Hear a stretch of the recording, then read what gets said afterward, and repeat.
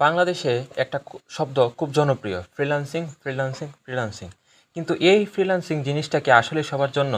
যদি আপনি শুধু ডলারের স্ক্রিনশট দেখে ইন্সপায়ার্ড হন, তাহলে এই ভিডিওটি আপনার জন্য না। আমি এই ভিডিওকে সম্পূর্ণ 6টি পার্টে করেছি, যাতে আপনাদের বাস্তবতা বুঝতে সুবিধা হয় এবং যারা ফ্রিল্যান্সিং জিনিসটা 6 মাস আয়ত্ত করতে পারবে তাদের জন্য সম্পূর্ণ একটি রুটম্যাপ বানিয়েছি। তো চলুন ভিডিওটি শুরু করা যাক।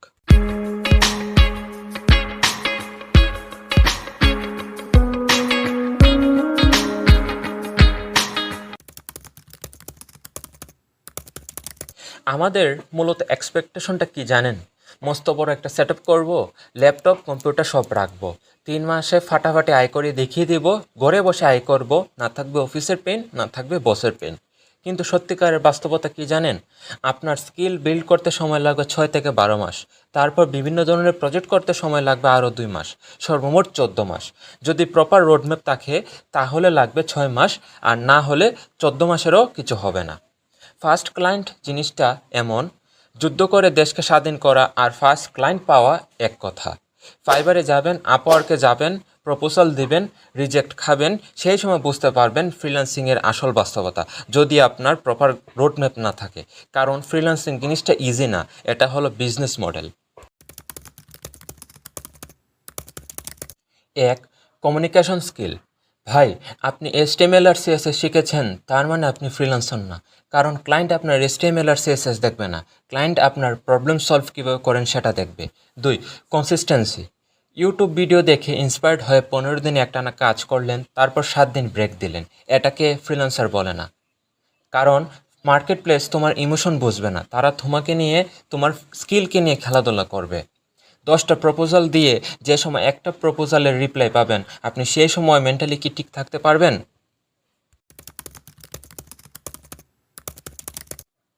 আমাদের স্বভাবত 3টি বড় সমস্যা কি জানেন? 1, শর্টকাট মাইন্ডসেট নিয়ে চলি। 2, একজনের প্রপোজাল আরেকজন কপি করে নিয়ে চলি।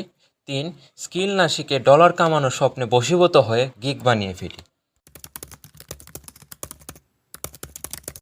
দেখেন, ফ্রিল্যান্সিং জার্নিটা ফেক না, ফেক হলো আপনার ইজি ড্রিম। আপনি যদি স্কিল বিল্ড করেন, মার্কেট আপনাকে রেসপেক্ট করবে, আর যদি শর্টকাট করেন তাহলে মার্কেট আপনাকে ইগনোর করবে। এখন সিদ্ধান্ত আপনার, বিভ্রান্ত হবেন নাকি প্রস্তুতি নেবেন। ওয়েব ডেভেলপার হতে হলে আপনার এই 5টি স্টেপ অবশ্যই লাগবে। 1, কোড স্কিল, যেখানে HTML, CSS, JavaScript, responsive design, basic SEO মতো ইত্যাদি আরও অনেক কিছু শিখতে হবে। 2, রিয়েল প্রজেক্ট বিল্ড, যেখানে business site, portfolio site, e-commerce site আরও অনেক কিছু আপনাকে বানাতে হবে। 3, স্পিড অপটিমাইজেশন, যেখানে page speed, clean code, mobile fast ইত্যাদি ধারণা থাকতে হবে। 4, ডিপ্লয়মেন্ট নলেজ, যেখানে কিভাবে হোস্টিং সেট আপ করতে হয়, কিভাবে ডোমেন সেট আপ করতে হয়, কিভাবে cPanel-এ ডোমেন হেড করতে হয়, কিভাবে গিটহাবে পেজ সেট আপ করতে হয়, সেই সম্পর্কে ধারণা থাকতে হবে। 5, ক্লায়েন্ট ফিজিওলজি, যেখানে ফাস্ট রেসপন্স কীভাবে করতে হয়, ক্লিয়ার টাইমলাইন কীভাবে দিতে হয়, ক্লিয়ার প্রাইস কীভাবে করতে হয়, আফটার সাপোর্ট কীভাবে দিতে হয়, সেই সম্পর্কে ধারণা থাকতে হবে।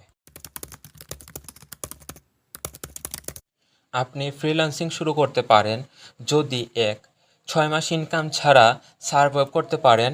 2, ডেইলি 3 থেকে 4 ঘন্টা স্কিল প্র্যাকটিস করতে পারেন। 3, ইংলিশ ইমপ্রুভ করতে পারেন। 4, বিভিন্ন ধরনের রেসপন্সিভ প্রজেক্ট বিল্ড করতে পারেন। 5, 20-এর অধিক ক্লায়েন্টের কমিউনিকেশন প্র্যাকটিস করতে পারেন। 6, রিজেকশন আসলে নিজের মনকে যদি শক্ত রাখতে পারেন, তাহলেই আপনি পারবেন একজন সফল ওয়েব ডেভেলপার হতে। আদারওয়াইজ এই যে স্বপ্ন দেখেছিলেন ডলার আসবে, বাড়ি গাড়ি এটসেট্রা হবে, চিল করবেন, সেটা স্বপ্নই থেকে যাবে। পরিশেষে, ফ্রিল্যান্সিং শুরু করার আগে তোমার কাছে আমার আরেকটা প্রশ্ন, তুমি কি টাকা চাইবে নাকি স্কিল বানাতে চাইবে? সিদ্ধান্ত তোমার। দর্শক হয়ে থাকবে নাকি বিল্ডার হবে?